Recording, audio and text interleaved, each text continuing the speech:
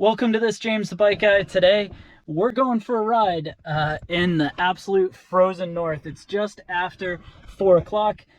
Temperature just broke into the double digits too, but I'm here with my pup, and what we're going to be doing in this video is talking a bit about why a dropper post on a fat bike is important, especially in conditions like this, as well as how the new OneUp dropper post, the V2 version, does in the cold, because I've got it installed on my bike that's in the bed of my truck, and it's been in the bed of the truck for well, a little over 24 hours, because about this time yesterday I finished up a ride, so it should be very well frozen, and we're gonna see how it does. All right, we're outside. It's miserable cold. You can see tonneau cover is full on iced, even down to the back of the truck. But so inside it's gonna be my fat bike, and like I said while I was still in the truck where it was nice and warm, I should mention this hasn't been out since yesterday's ride where it was ice and freezing. But yeah, it's miserable cold. So one thing, I really love having dropper posts on fat bikes. However, oftentimes they'll end up essentially freezing up, and in fact, like, the brakes on this have done that as well. I mean, if you grab the brakes, because these are mineral oil almost starts to freeze in the cold. So the real trick is, after about 24 hours, and you can see all sorts of water frozen up, what do you think? Is it gonna go up? Boom! It works, and that's one of those things I wanted to see if this OneUp dropper post could do. So we'll go ahead, get riding, and let's talk more about it.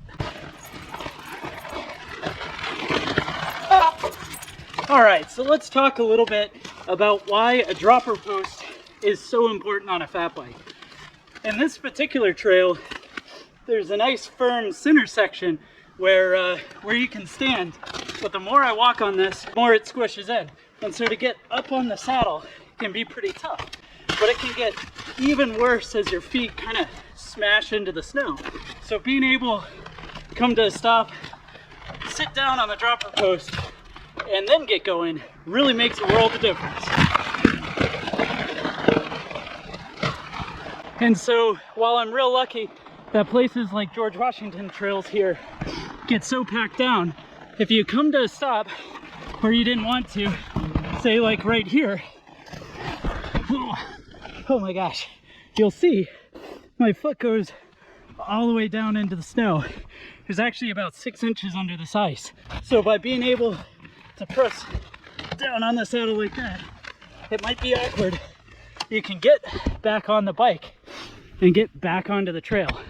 Now, a lot of places where people might fat bike, this can be so narrow that you have no choice but when you come to a stop to get your foot totally stuck down into the snow.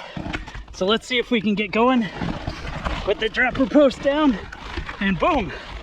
And by being able to ride with your saddle at full height when you have technical climbs like this one on the snow that we're barely getting through, you can keep your saddle at full height and just chug away.